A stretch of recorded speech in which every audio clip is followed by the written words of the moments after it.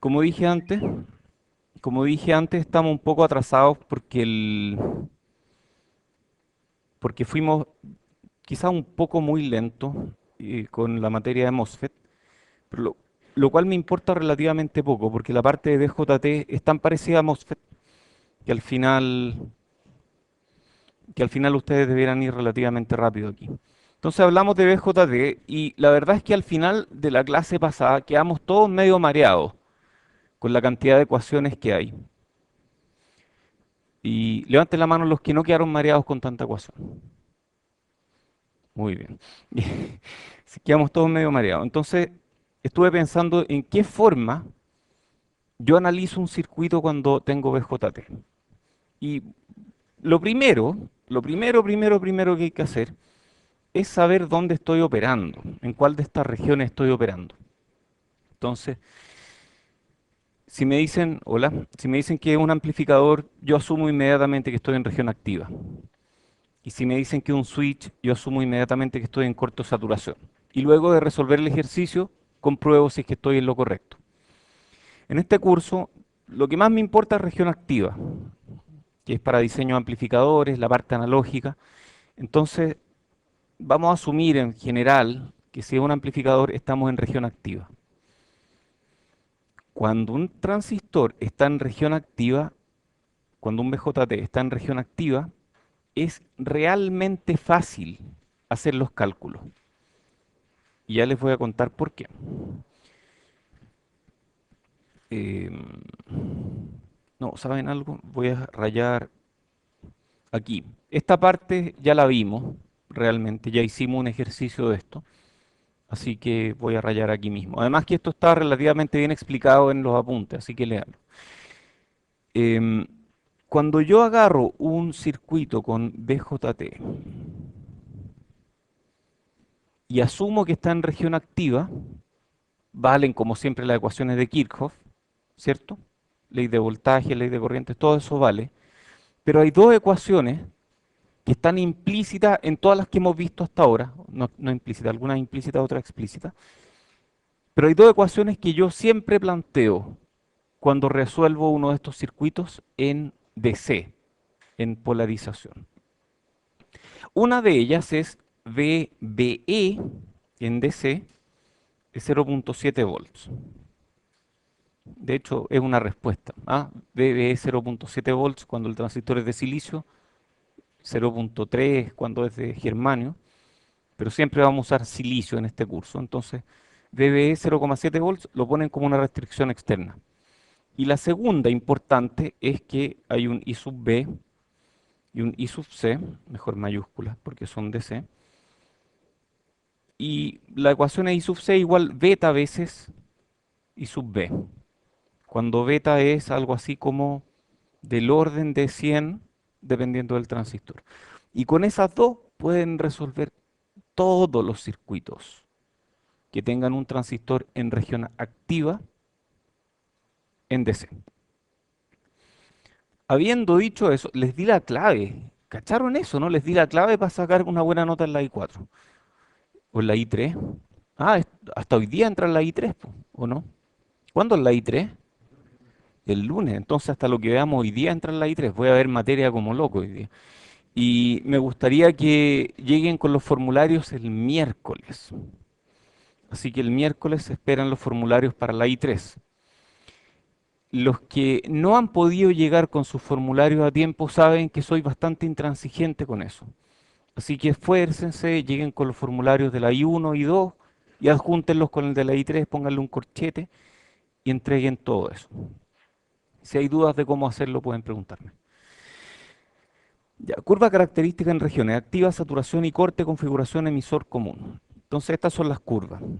IC versus VCE, vemos que son curvas muy parecidas a las del MOSFET, con la diferencia que el la interfaz entre región de saturación y región activa ocurre más o menos cuando VCE es 0.2 volts.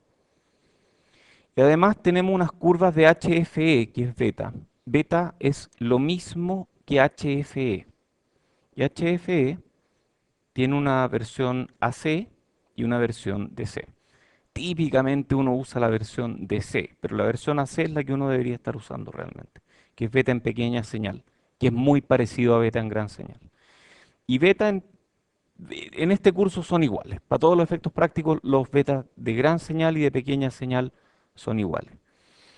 Y beta es función de la temperatura, es función de la corriente, como ven en este gráfico de aquí, pero para efectos de este curso, beta va a ser bastante constante, lo cual a ustedes les puede generar dudas. Van a decir, chuta, si yo estoy asumiendo beta constante y beta en realidad varía un montón, ¿cómo voy a hacer que mi circuito funcione? Si mi circuito es función de beta, ya dije que estas ecuaciones dependen de beta. Y la respuesta es la siguiente: en cualquier circuito bien diseñado, y con esto me la saco olímpicamente, la polarización no debiera depender de beta. Y por lo tanto, el desempeño en pequeña señal no debiera depender de beta.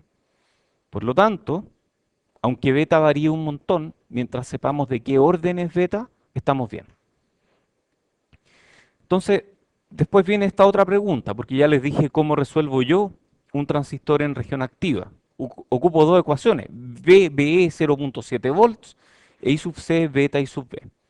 Pero ¿cómo sé yo que le achunté en cuanto a decir si está o no en región activa?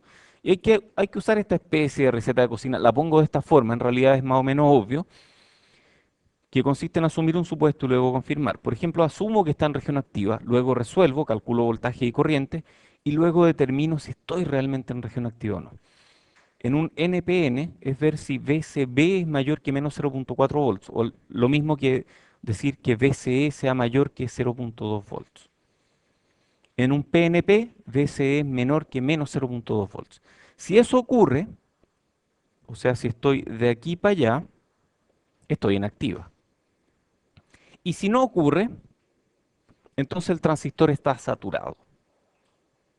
Y si el transistor está saturado, calculo los voltajes y corriente asumiendo que está saturado, o sea, asumiendo que beta ya no tiene sentido. Porque cuando estoy saturado, el beta efectivo, el beta forzado que le llamamos, es menor que beta. Y determino beta forzada como esta razón, estas dos calculadas externamente, y confirmo que beta forzada es menor que beta. Y luego puedo definir la corriente base al borde de la saturación, que es esta fórmula, que es relativamente obvia.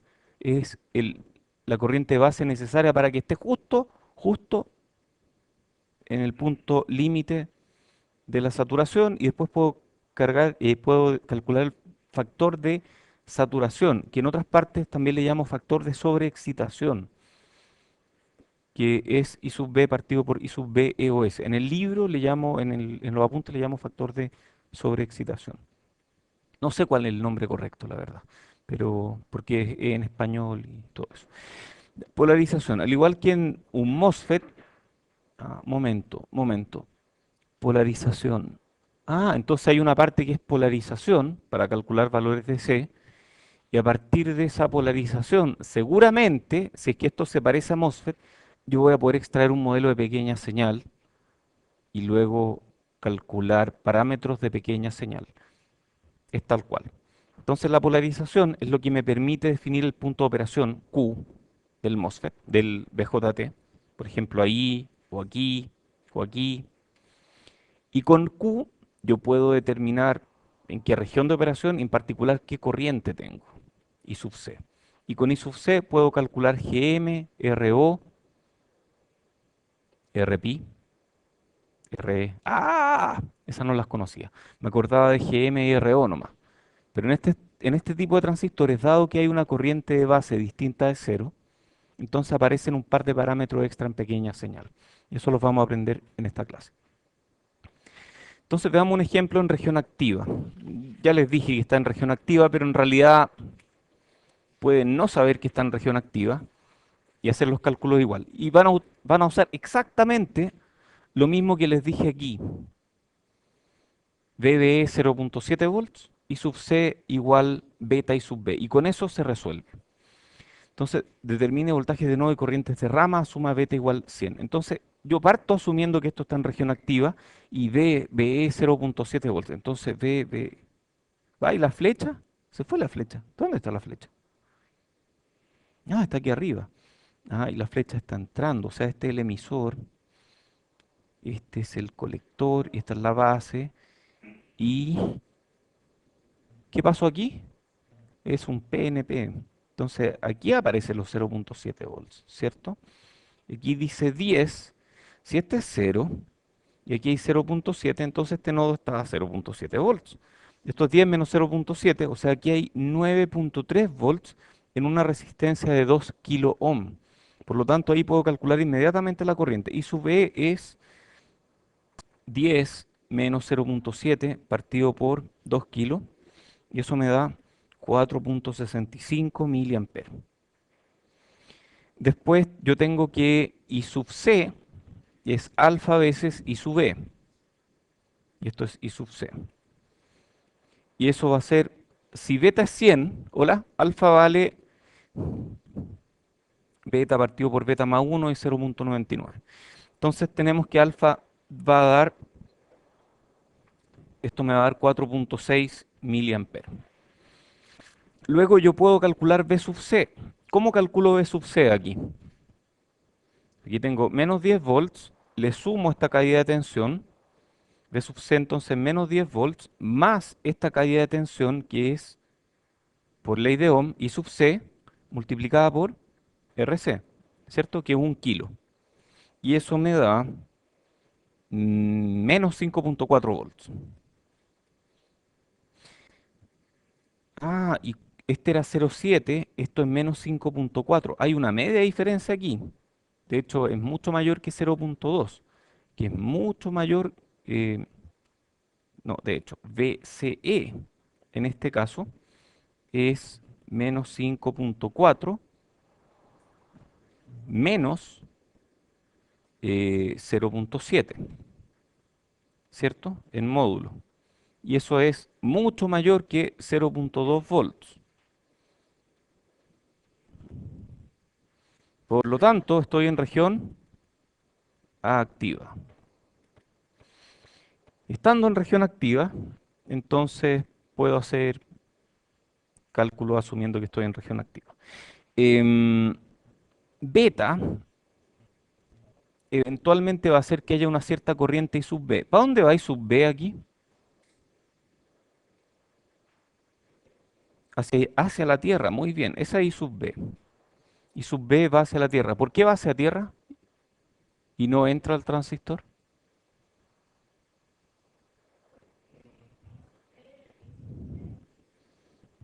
Por la diferencia y otro también porque esto es una ayuda a memoria de que aquí hay un diodo y ese diodo conduce en esa dirección.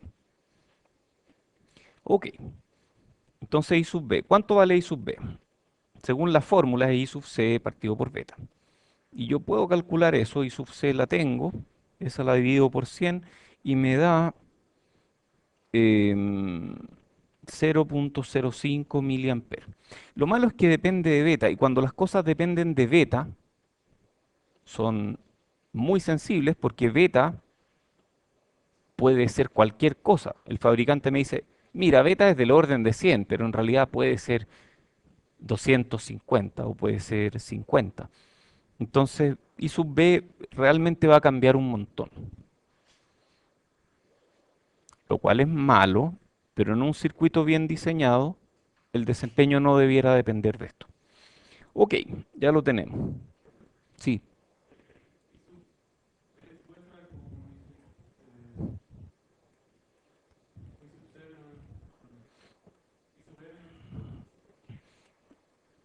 puedes usar esta fórmula también, o puedes usar esa fórmula. Todas deberían darte lo mismo. Son lo mismo. 0.2, ¿qué pasó con eso? Ah, que era para confirmar si es que estoy pasado este punto en región activa o antes de este punto en región de saturación. Muy bien. Eso es para chequear, ¿no? Este es 0.2. A ver, cuando, cuando aquí hay 0,7, a ver, yo dije algo que nadie me ha preguntado mucho, pero tu pregunta está apuntando a eso, que está aquí. Cuando estoy en región de saturación, ambas uniones, BE y CB, están en polarización directa. A ver, ¿qué significará eso? Uy, ya estoy interesado en ver esas dos láminas que vienen después. ¿Qué significará eso? Que si tengo un transistor y este es NPN, o sea, aquí hay PN, esta es directa, 0,7, y aquí hay NPN, PN. Esta debiera ser del orden de 0,7,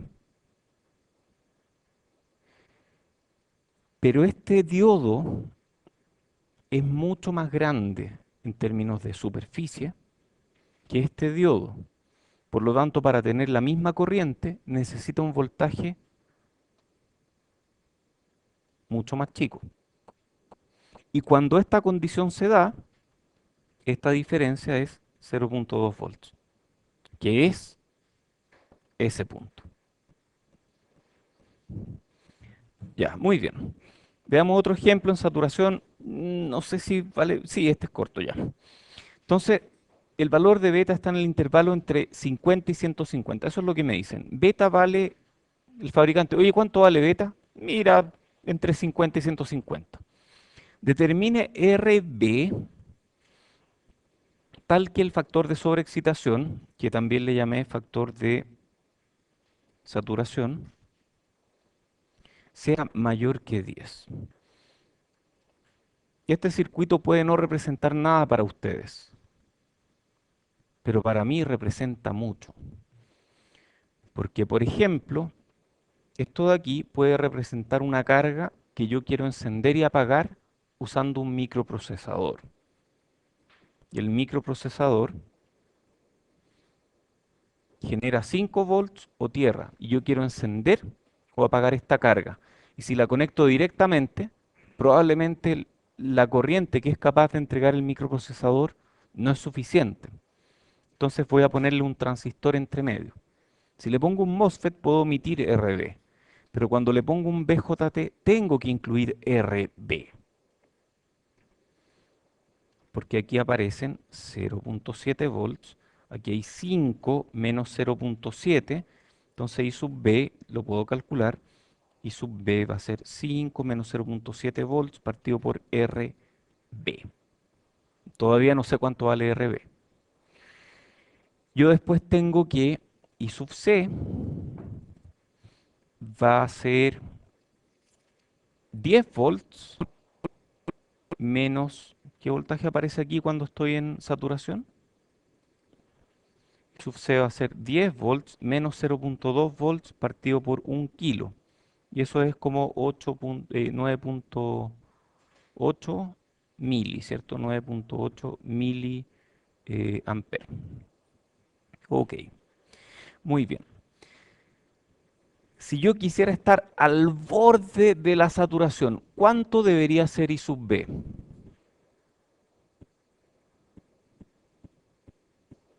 ¿Cuánto debería ser I sub B para estar justo al borde de la saturación? Al borde de la saturación, cuando beta todavía vale, cuando beta todavía tiene sentido, al borde de saturación, o sea, cuando estoy justo en la interfaz entre región activa y saturación, I sub C vale beta veces I sub B. Y de aquí sacamos que I sub B debería ser I sub C partido por beta. ¿Cuál es el peor caso de beta? ¿50 o 150? 50, ¿por qué? ¿Ah? Porque es el peor beta que puedo tener, ¿cierto? 50. El fabricante me dice, mira, tu peor beta va a ser 50, lo cual significa que el I sub B máximo que voy a necesitar para asegurar que el transistor esté saturado va a ser I sub C, que es 9,8 mili, partido por 50. Ese es el peor. Con ese beta ya estoy seguro de que estoy saturando. Da lo mismo para cualquier, perdón, con esa corriente de base estoy seguro de que estoy saturando, da lo mismo para cualquier beta. Y eso da 0.196 miliamperes. 196 miliamperes. Entonces, ese es el I sub B al borde de la saturación. Edge of saturation. Ese es el mismo. Cuando aplico un I sub B al borde de la saturación, mi factor de sobreexcitación es 1, porque estoy justo al borde de la saturación. Para aplicar un factor de sobreexcitación de 10, tengo que multiplicar esta corriente por 10. Entonces, I sub B que yo quiero tener en este circuito es 10 veces I sub B del borde de la saturación. Entonces va a ser 1.96 miliamperes. Y luego mi beta forzada va a ser la razón entre I sub C e I sub B, ¿cierto? Y en este caso va a ser 9.8 dividido por 1.96 y eso me da algo así como 5. Ok, entonces yo calculo luego RB. ¿De dónde saco RB? Ah, puedo despejar de acá, ¿cierto? RB es 4.3 partido por I sub B. I sub B es 1.96 miliamperes, por lo tanto RB va a ser 2.2 kilos. Y ahí ya resolví el ejercicio. ¿Preguntas de esto? Sí. Beta forzada es menor que beta y te dice beta forzada es por definición I sub C partido por I sub B cuando estás en saturación y es menor que beta. Beta forzada te dice cuán profundo estás tú en saturación. Porque si tu beta forzada fuera igual a tu beta, significa que estáis justo en el borde de la saturación. Pero cuando beta forzada es menor que beta en una proporción, tú tienes un factor de seguridad.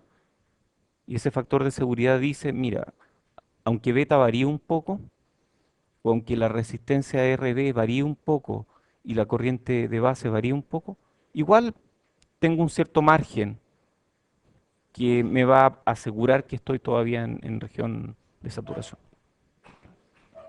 Eso. O sea, es un concepto súper simple. ¿Ah? Porque yo aquí, ¿por qué cuál se multiplica por 10? ¿Esta? Ya. La razón es la siguiente. Yo dije aquí, quiero RB tal que el factor de sobreexcitación sea mayor que 10. Voy a decir que sea igual a 10. Si es igual a 10, significa que la corriente de base que yo quiero tiene que ser 10 veces mayor que la corriente de base necesaria para estar justo en el borde de la saturación, que ya la calculé. Entonces la multipliqué por 10, listo. ¿Más preguntas? Oye, este concepto, si bien es simple, se presta para un montón de confusión. Así que léanlo y denle una vuelta.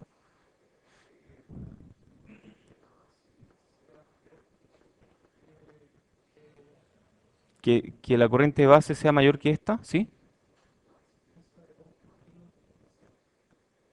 Menor que eso. ¿Tiene que ser qué? Tiene que ser a lo más 2,2 kilos. Puede ser menor, sí. Pero si es menor va a tener más corriente de base. Ya, muy bien. Otro más con divisor de tensión en la entrada. Ah, este es fácil. Esto lo habíamos visto en MOSFET, ¿cierto? Porque teníamos que esta cosa de acá es como un Thevenin, ¿cierto? Todos se acuerdan de eso, ¿no? Es como un Thevenin. ¿O no se acuerdan?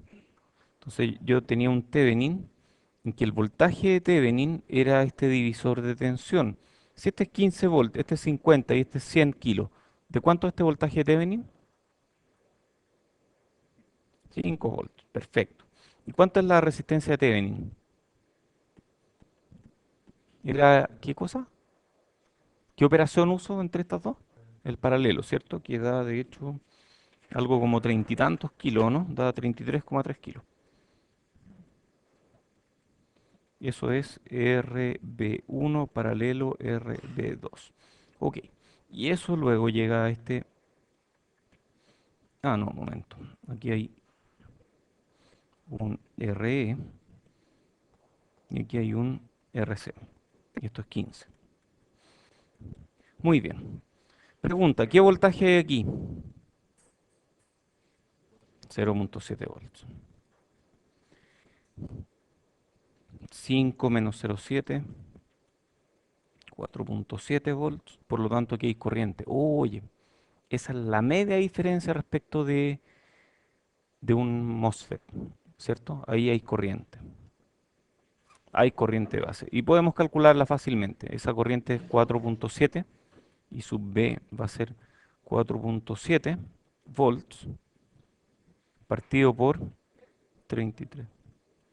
Porque eso es 5 volts de acá menos 0,7 volts de acá. Esa es la caída de tensión en esta resistencia.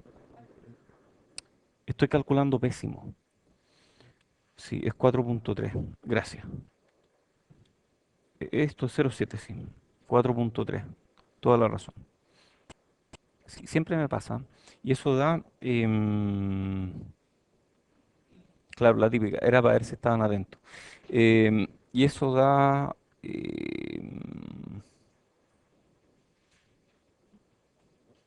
da algo. No sé, no lo tengo ni... Ah, 0,0128 miliamperes. Muy pequeño, muy pequeño. El tema es que I sub B no debe ser lo que me haga calcular después qué es lo que viene acá. ¿Cómo fue eso? A ver, me perdí. Aquí hay 0,7 volts más o menos, pero no sé exactamente, yo sé que es más o menos 0,7 volts. Aquí va a haber un voltaje V sub E y sí, porque es 5 menos 0,7. Oh, toda la razón. Hay una caída aquí también, ¿cierto? Estamos mal entonces. O sea, ¿qué hay que hacer aquí? ¿Hay que hacer una malla? No. Ah, qué lata, malla. Ya, hagamos malla entonces. Toda la razón. Hay que hacer una malla. Entonces, porque no había considerado que aquí hay un voltaje V sub E, ¿cierto? Entonces aquí hay una malla. Oh. Entonces esto no es tan parecido al MOSFET, ¿ah? Porque ahí aparece una dificultad adicional. Típicamente que hacemos una malla. Pero ¿cómo puedo hacer una malla si es que esta corriente es distinta a esta corriente?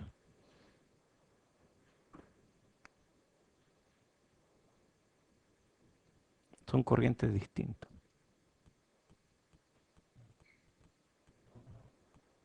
Podemos hacer dos mallas, que igual es raro porque hay una corriente distinta. O podemos usar un truco que se llama reflejar resistencias. Eso no existía en MOSFETs. A ver, ¿cómo es ese truco? Si yo quiero mover RE a la rama de I sub B, tengo que multiplicarla por beta más 1. Al revés, si yo quiero mover la resistencia de base a la rama de I sub E, tengo que dividirla por beta más 1. ¡Wow! A ver, me perdí un poco. Hagamos el ejemplo, a ver si nos resulta. Hagamos este ejemplo. Entonces vamos a hacer esta malla que dice 5 volts igual I sub B por 33,3 kilos más 0,7 volts más, si esta la movemos para allá, nos queda multiplicada por beta más 1. Esta es de 3 kilos. Entonces hacemos más RE por beta más 1 por I sub B.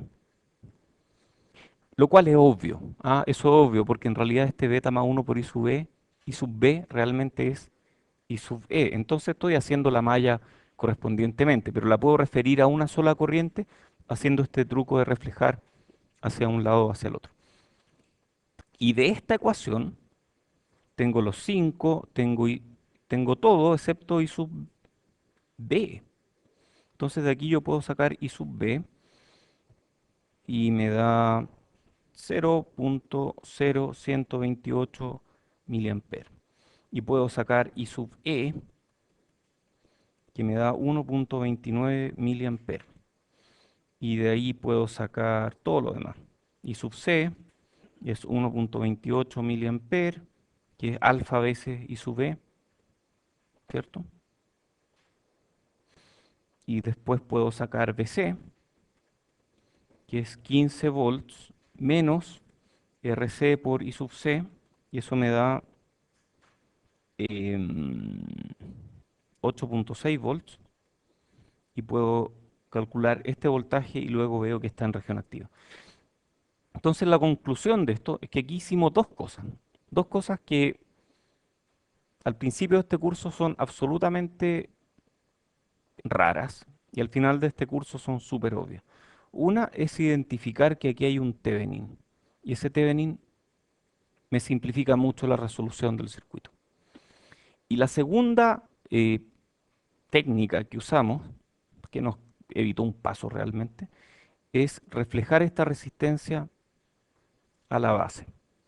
Reflejar la resistencia de emisor a la base requiere multiplicarla por beta más 1. Y eso es todo. Y eso es porque la caída de tensión en esta resistencia es beta más 1 veces más grande que lo que sería si es que esta resistencia estuviera en la base. Ok, sigamos. Pregunta, sí.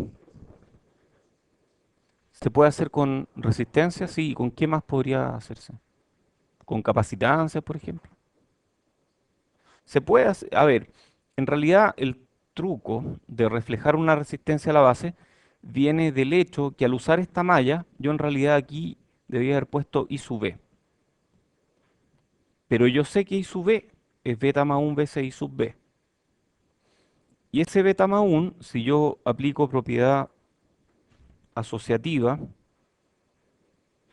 es como si I sub B estuviera viendo una resistencia beta más 1 veces más grande que RE. No es una ley fundamental, es simplemente un truco que se usa en solución de circuito, pero que tiene un nombre, que es reflejar resistencia a la base o al emisor. ¿Cómo dice el Thevenin? Este Thevenin, esto a esta altura debiera ser obvio, es súper importante que lo estudies. Thevenin es voltaje circuito abierto de este circuito, que es 5 volts por divisor de tensión, y la resistencia equivalente es cuando apago la fuente, ¿cuál es la resistencia de esto que está acá? Y esa resistencia es esta en paralelo con esa. Ya. Eso súper importante, es demasiado importante.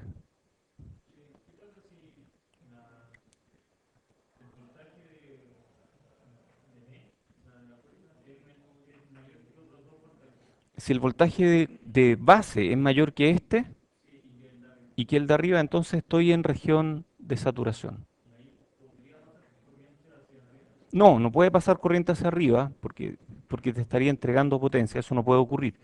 Entonces, si es que descubres después de hacer este ejercicio que está en saturación, entonces tú impones aquí 0.2 volts y resuelves esta parte asumiendo que hay 0.2 volts de caída. Y con eso se resuelve. Sí.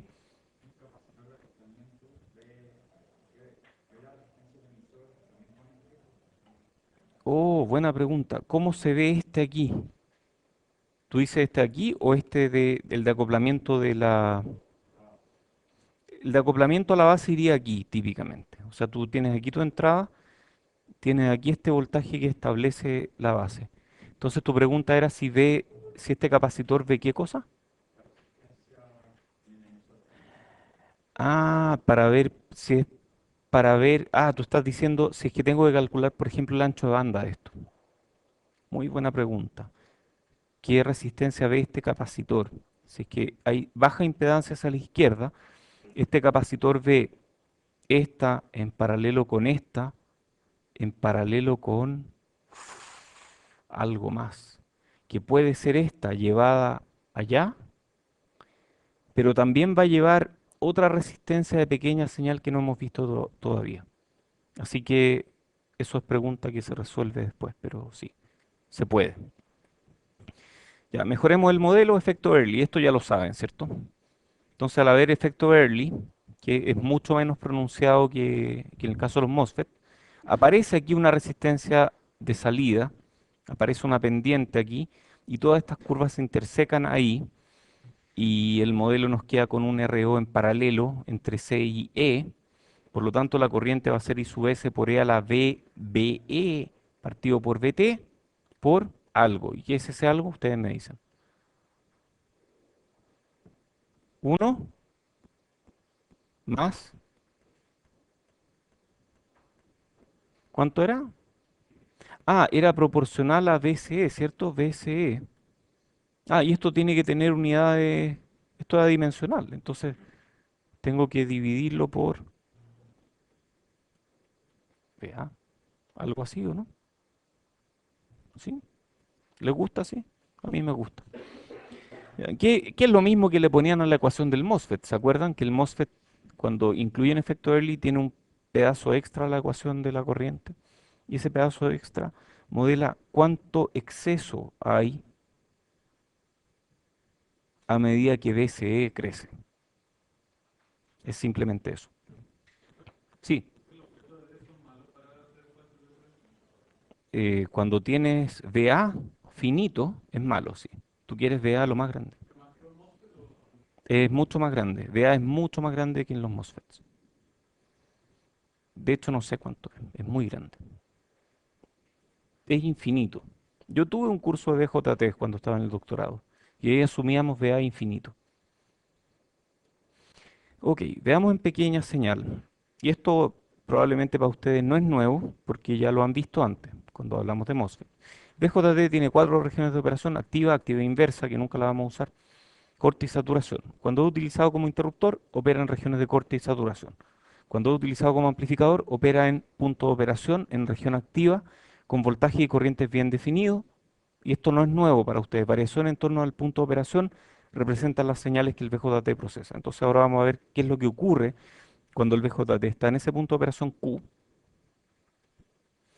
Y para simplificar, porque hay circuitos que tienen muchos VJT, entonces, chuta, ¿cómo lo hago? ¿Saco modelo de cada uno? No. La forma más fácil es agarrar un VJT y decir, ese VJT tiene un modelo que se parece a eso. Y después, si hay muchos VJT, hago lo mismo. Agarro muchos VJT, calculo ese modelo y lo reemplazo en el circuito. Entonces, lo primero que vemos es esta característica de transferencia gran señal amplificador emisor común. Emisor común, ¿hemos visto eso?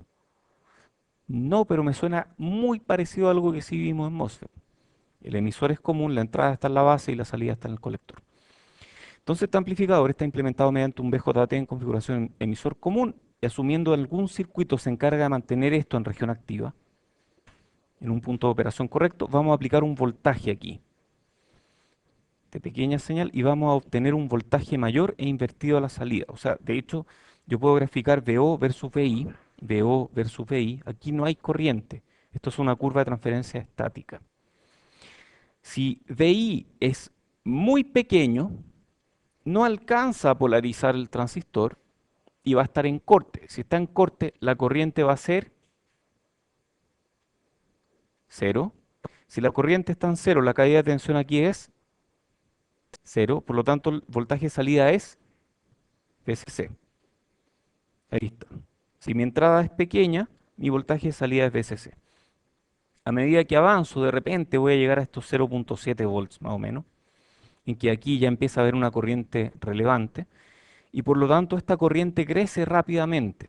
Entonces, si yo aumento un poquito este voltaje de entrada por sobre los 0.7 volts, esta corriente va a aumentar tanto que este voltaje va a caer rápidamente. Uf. Y si sigo aumentando, en algún momento, no sabemos la forma de esta curva, en algún momento voy a tener que este voltaje va a ser menor que 0,2 volts. En realidad ahí satura y quedan 0,2 volts. Y de ahí hacia adelante, aunque yo aumente el voltaje de base, esta corriente no puede seguir aumentando porque saturó y por lo tanto ese voltaje va a permanecer en 0,2 volts. Y esa es la curva estática. Aquí la ganancia es ganancia VO, VI. ¿Cuánto es la ganancia aquí? ¿Ah? ¿Cómo es la ganancia de una curva estática? Ya, pues si esta la saben. ¿Ah? Quiero escucharlo. ¿Cuánto es la ganancia? Cero, ¿cierto? Cero. Porque es la derivada. Aquí la ganancia también es cero. Y aquí la ganancia es máxima y esa ganancia máxima hace que yo le meto una pequeña señal de entrada en VI y aparece una gran señal de salida en VO. Entonces opera efectivamente como amplificador. Hay hay un par de ecuaciones que me gustaría ver aquí. ¿Cuánto es la ganancia aquí? Bueno, la ganancia va a ser, por definición, de VO a dBi, ¿cierto? Mm, Pero me gustaría entender cómo pequeñas variaciones de la entrada producen grandes variaciones a la salida. Eso no lo tengo tan claro. A ver, yo sé que VO va a ser VSC menos RC por I sub C. E I sub C es función de BI, o sea, I sub C es I sub S por E a la VBE partido por BT. Ok, ¿cómo calculo la ganancia? Puedo derivar, ¿cierto? D a D, B, a B, BE y BI son lo mismo. Voy a reemplazar BI aquí. Si derivo, me queda la ganancia, y eso es la derivada de BCC 0, y esta otra es menos RC por... ¿Cuál es la derivada de todo esto? I sub S por E a la BI partido por BT. ¿Y la derivada de esto cuánto es? ¿Ah? 1 partido por BT, ¿cierto? Ok.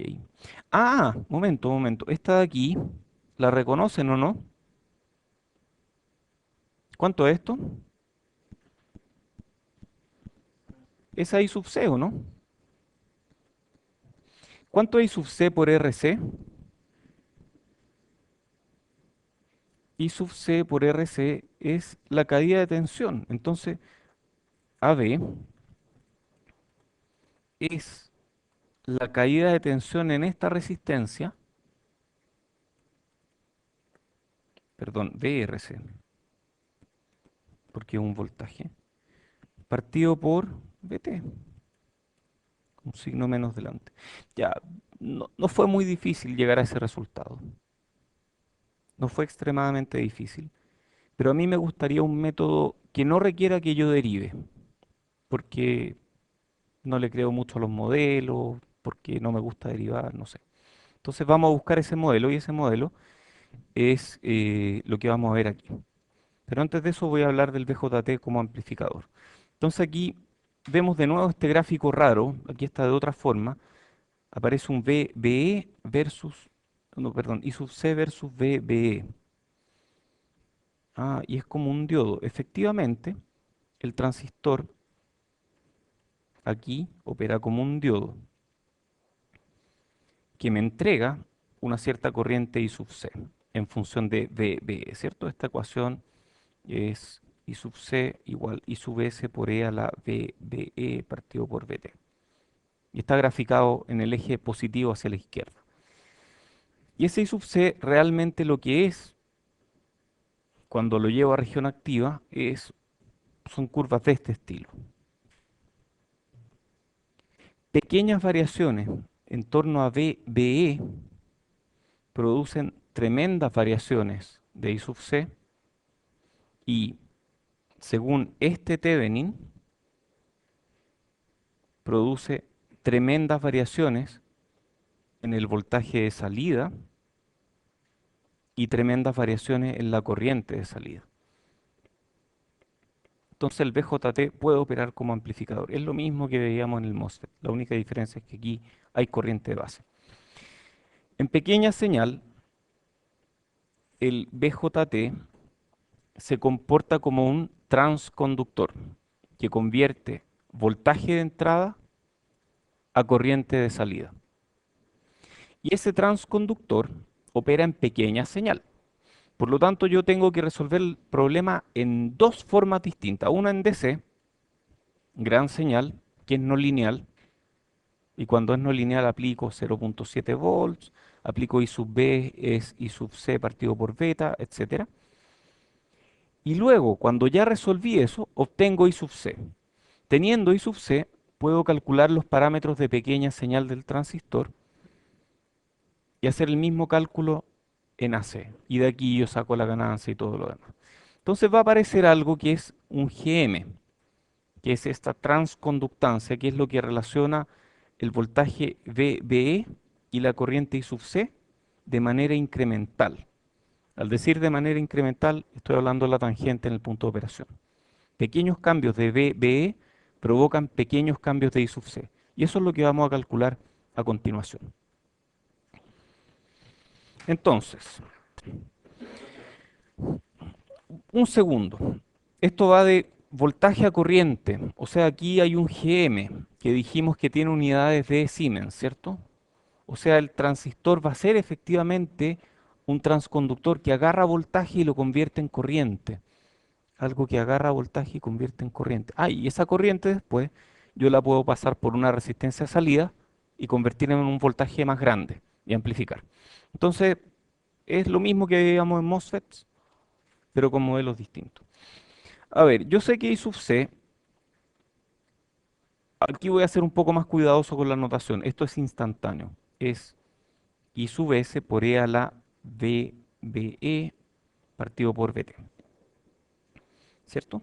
Ah, pero yo sé que VBE instantáneo es VBE de gran señal más VBE de pequeña señal.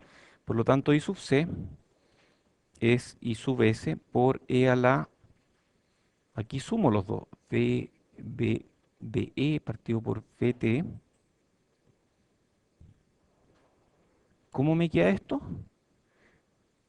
Ah, tengo esta suma aquí arriba, por lo tanto, ¿qué signo pongo aquí? Por, gracias. E a la VBE, ¿saben qué? Los vamos a dar vuelta mejor. Este en mayúscula y este en minúscula. Ya, muy bien. Ah, pero me gusta más así. ¿Qué es esto? Ese es I sub C en DC. Entonces el I sub C instantáneo es I sub C en DC por E a la VBE partido por VT. Ya. ¿Y cómo era ese señor? ¿Ah? ¿Cómo se llama ese señor que nos decía cómo aproximar cosas? Ya, Taylor, ¿cierto? Entonces eso es lo mismo que I sub C por uno más, ¿más cuánto? VBE partido por VT más puntito, puntito, puntito. Y eso del punto suspensivo, uno puede decir que es prácticamente cero cuando VBE es mucho menor que VT, ¿cierto? De hecho, si cuando VBE es, digamos, 10 milivolts. Cuando eso ocurre, yo estoy en pequeña señal. Entonces, condición pequeña señal. Cuando las variaciones de VBE son menores que 10 milivolts o de ese orden. Entonces ahí tenemos que I sub C, que es de hecho I sub C en DC más I sub C de pequeña señal, se aproxima a esto que está aquí. I sub C por uno más VBE partido por VT. Ah, este se cancela con este, por lo tanto, I sub C es VBE partido por VT por I sub C en DC. Ok. Ah, y yo quiero un GM. Yo necesito un GM y el GM es, por definición, las pequeñas variaciones de I sub C partido por las pequeñas variaciones de BE, que es por definición esa pendiente. Y yo eso lo puedo despejar de aquí. Entonces GM, que es por definición I sub C partido por BE, queda I sub C partido por BT. Listo.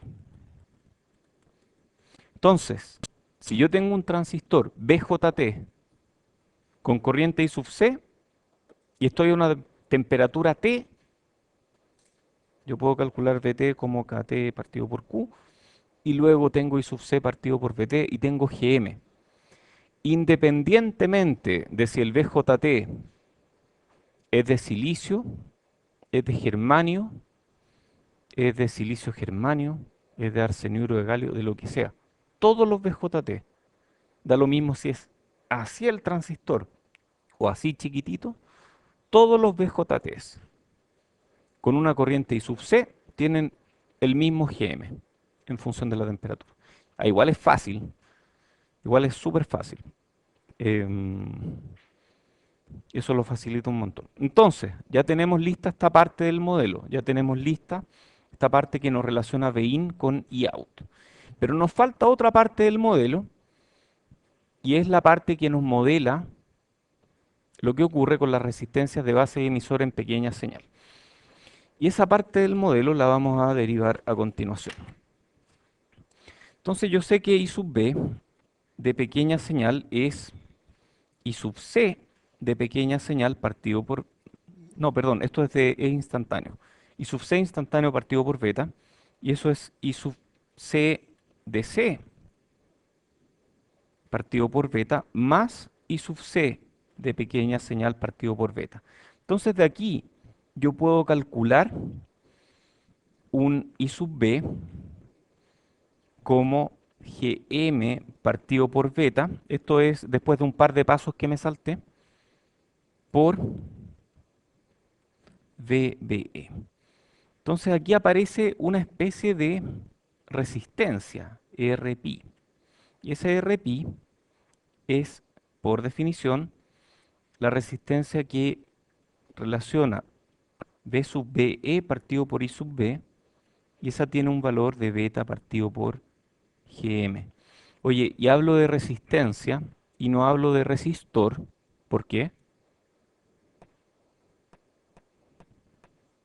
Porque no es un resistor físico, es una propiedad.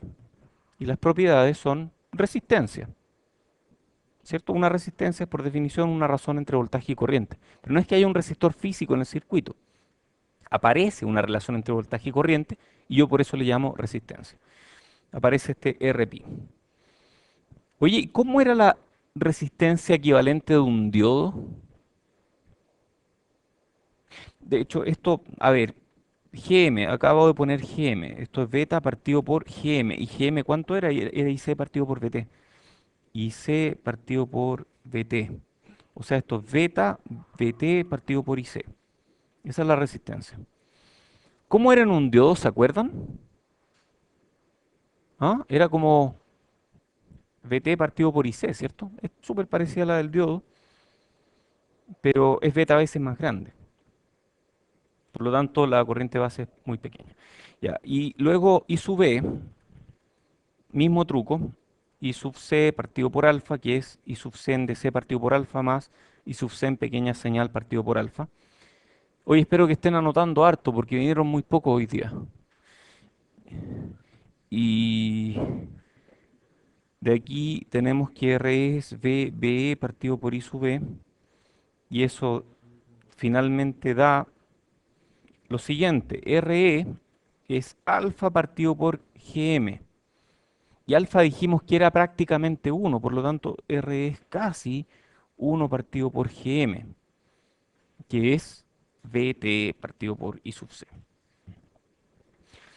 Entonces BE es,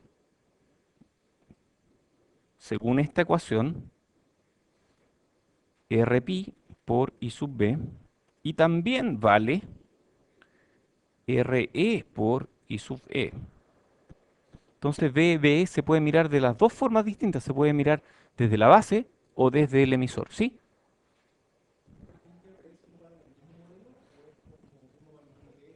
Se usan en distintos modelos. Uno es para el pi y el otro es para el t. Y de hecho, otra ecuación útil puede ser que Rpi es beta más 1 veces Re. Entonces a veces usamos Rpi, otras veces usamos Re. Oye, en el MOSFET, ¿cuánto vale beta? Cuec. Esa fue una pregunta rara. En MOSFET no hay beta, po. Entonces, ¿cuánto valdría beta en el MOSFET? Si beta lo defino como la corriente de colector partido por la corriente de base, y en el MOSFET tengo la corriente de drain partido por la corriente de compuerta, y si la corriente de compuerta es cero, ¿cuánto vale beta? Es como infinito. Ah, entonces en pequeña señal, un BJT es como un MOSFET malo. O al revés, un MOSFET en pequeña señal es como un BJT en pequeña señal, pero con beta infinito. Ya, muy bien. Entonces estos son los circuitos equivalentes de pequeña señal. A esto les llamábamos circuitos pi y a esto le llamamos circuitos T. Son idénticos, ¿ah? Pero yo uso más este que está acá y uso más este que está acá. Estos de aquí no lo uso mucho. Son exactamente iguales. Y estos también. Entonces estos también son iguales así y son iguales así. Ya,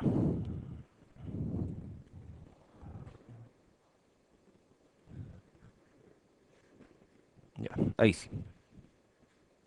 No, pero eso no es simétrico. Tal vez debiera ser. Oh, ya ustedes entendieron, pero bueno.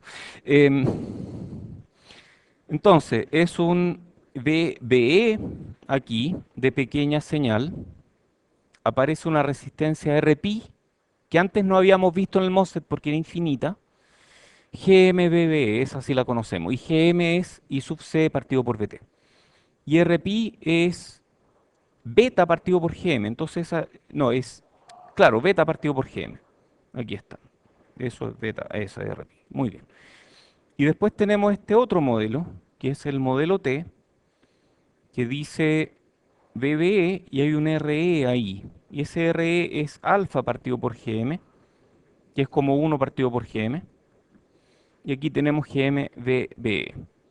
Oye, y si es que hubiera efecto Early y modulación de longitud de canal y todo eso que habíamos visto en el MOSFET, pero que aquí se llama efecto Early, ¿qué cambio hay en este circuito? Aparece un RO ahí, ¿cierto? Muy bien. Ahí está. Ya. Y ese RO uno lo puede calcular y es RO es VA partido por IC. Entonces depende del punto de operación. Donde VA es el voltaje early y ese ya lo vimos hace un par de láminas atrás. Muy bien, entonces ahora viene el resumen. Este resumen en pequeña señal. Son hartas ecuaciones, es medio enredado, pero hay algunas que importan. Esta sale de Kirchhoff. Esta de aquí es importante porque es el modelo de gran señal. No sé por qué dice pequeña si este es gran señal. Esta ya la sabemos, IC es beta veces IB, IC es alfa veces IE, esta relaciona alfa y beta. GM, uy, hay varias ecuaciones para GM. Yo uso esta. Tenemos ecuaciones para RE y RPi. Yo uso esta y uso esta. Y todas las demás se derivan de esas mismas. Y después tenemos RO, que la dije aquí. Bueno, me faltó eso, pero y estamos, ya tenemos el modelo para análisis en pequeña señal. Y todo lo que tenemos que hacer ahora para analizar un circuito en pequeña señal es seguir esta receta de cocina, que dice lo siguiente.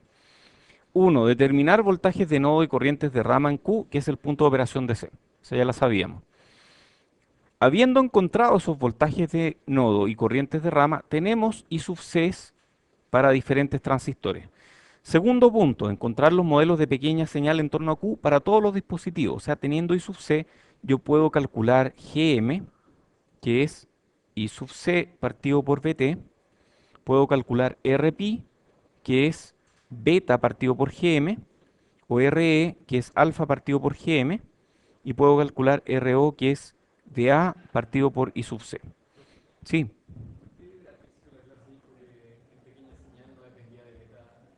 depende de beta. A ver, no depende. Yo dije, esa es muy buena pregunta. Yo dije que no dependía de beta, y en la práctica sí depende de beta.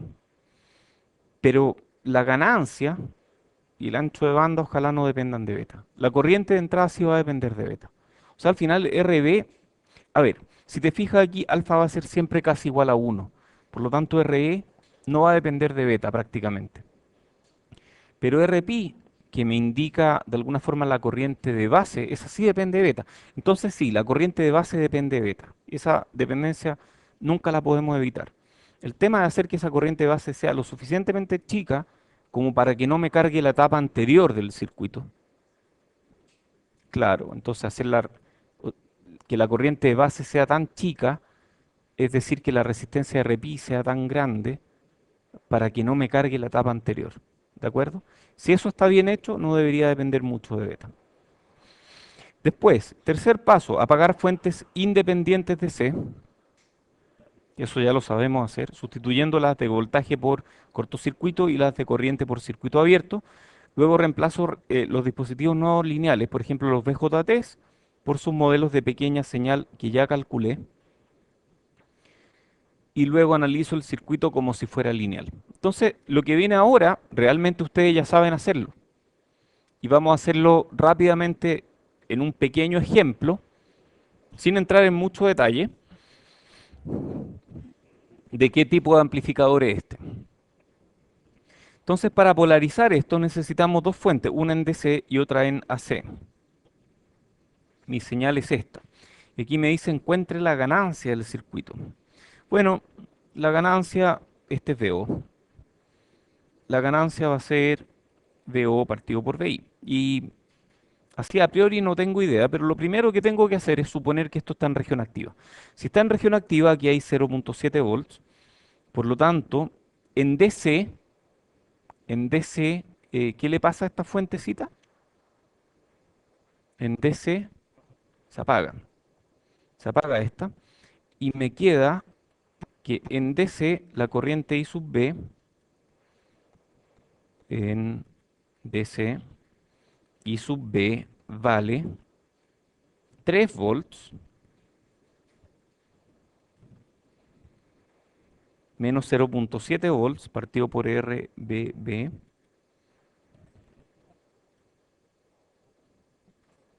Y eso es em, y eso es 2.3 microamperes, no, 23 microamperes. Eso es 23 microamperes. Luego I sub C es beta I sub B y eso es 2.3 miliamperes. VO en DC va a ser 10 volts menos esa caída de tensión que es I sub C por RC. En este caso es 3.1 volts. Pregunta, ¿3.1 volts es mayor que 0.2 volts? Sí, es mayor que 0.2 volts. Entonces aquí no hay 0.2 volts. Aquí hay 3.1 volts. Eso es lo que aparece aquí. Y entonces estamos en qué región de operación? Activa. Muy bien, activa. Entonces todo lo demás vale. Y aquí yo puedo calcular, entonces, si tengo I sub C, puedo calcular GM, que es IC partido por VT, que es 2.3 miliamperes partido por... ¿Cuánto vale VT? Uy, no me lo dieron. No me dieron VT. ¿Cuánto vale? Si no me dan VT, temperatura ambiente, 25 mili, ¿cierto? 25 milivolts. Milivolts, volts. Y eso nos da 92 miliamperes partido por volt. Hay gente que le pone milisiemens, lo cual es correcto, pero a mí me dice mucho más hablar de miliamper por volt, porque por cada volt que yo le aplico en la entrada, la corriente va a cambiar en 92 miliamperes. Eso es lo que me dice esa ecuación. Eso es lo que vale Gm. Después tengo Rpi, y que es beta partido por Gm. No, beta, sí, Gm. Y eso es 1,09 kilos. Entonces ya terminé en DC, ya tengo todo lo que quería tener en DC. Luego paso a AC. Como en mi circuito en pequeña señal, aplico VI, el que desaparece es este otro. Aquí tenemos 100 kilos. Y aquí voy con mi modelo, que lo voy a poner en rojo para que se distinga bien.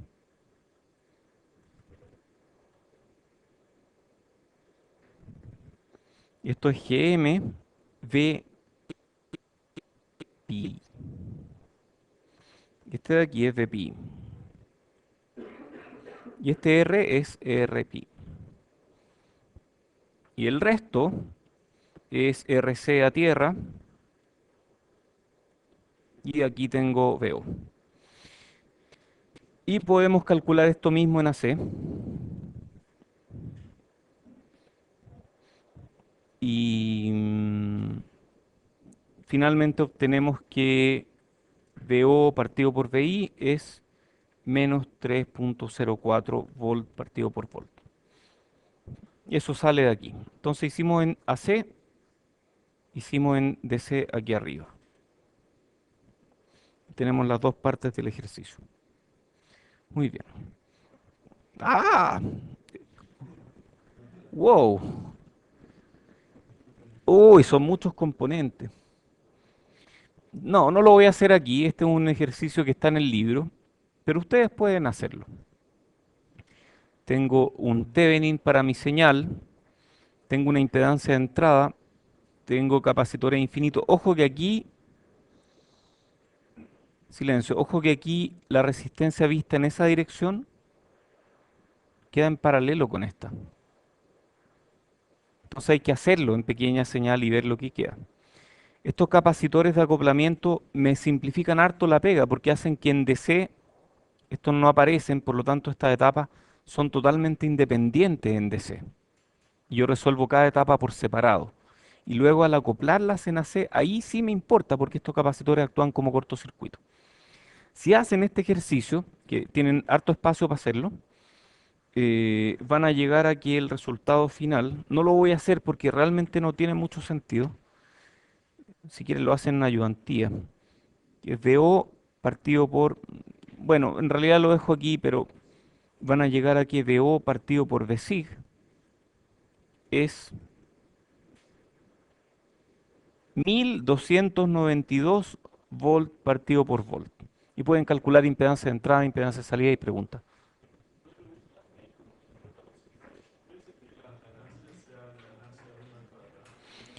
Muy buena pregunta. Si estas dos etapas son idénticas, la ganancia puede ser la ganancia al cuadrado multiplicada por algo que no dije, que es la atenuación de Bsig al ser insertada en esta etapa. ¿Por qué hay atenuación? Porque hay un R distinto de infinito aquí. Por la atenuación que ve esta etapa al colgarle la siguiente etapa ya. Misma situación. Hay resistencia de salida aquí, hay resistencia de entrada aquí, por lo tanto hay atenuación. Entonces, tu percepción es muy buena. Efectivamente tiene el producto de las dos ganancias, pero tienes que considerar las atenuaciones. Aquí, aquí y aquí. Aquí también hay atenuación, porque aquí hay una resistencia de salida y aquí hay una resistencia de carga, por lo tanto hay atenuación. ¿De acuerdo? Si consideras esas tres atenuaciones y las dos ganancias, llegas a ese resultado. Si alguien no puede llegar, está en el libro. ¿Hay preguntas? Estos son dos etapas. Cada etapa es un transistor, aquí, en este caso. Este no oscila. ¿Por qué debería de oscilar? Muy importante. Si yo realimentara aquí, tendría peligro de oscilar. Cuando tengo lazo abierto, da lo mismo el número de etapas que yo tenga. Este ve algo, este ve otra cosa, este ve otra cosa. Se va transmitiendo, digamos, con un pequeño retardo de una etapa a la otra. pero no hay oscilación. El problema de las oscilaciones ocurre cuando yo realimento, porque algo que yo realimento, cuando tiene demasiados polos, algo que era realimentación negativa, se puede convertir en realimentación positiva. Y hay ejemplos de ello. ¿Han jugado taca-taca alguna vez? ¿Sí? ¿Se han jugado taca-taca? A veces yo jugaba taca-taca y jugaba de repente a, no sé, po, yo estaba en la delantera y hacía una mague y luego de eso tiraba la pelota, esperando yo que después de la mague la otra persona reaccionara y se moviera y yo así pudiera tirar la pelota al arco. Y cuando jugaba con gente muy buena, se movían, efectivamente yo tiraba al arco y metía el gol. Y cuando jugaba con gente que no era tan buena, reaccionaban más lentamente y no alcanzaban a amagar. Entonces, cuando yo volvía a hacer el gol, la persona seguía ahí y eso es una forma muy rara de pensar la realimentación positiva. Em, Tengo mejores ejemplos, llegaré con uno de esos la próxima clase. Ya, gracias a todos por la paciencia, nos vemos.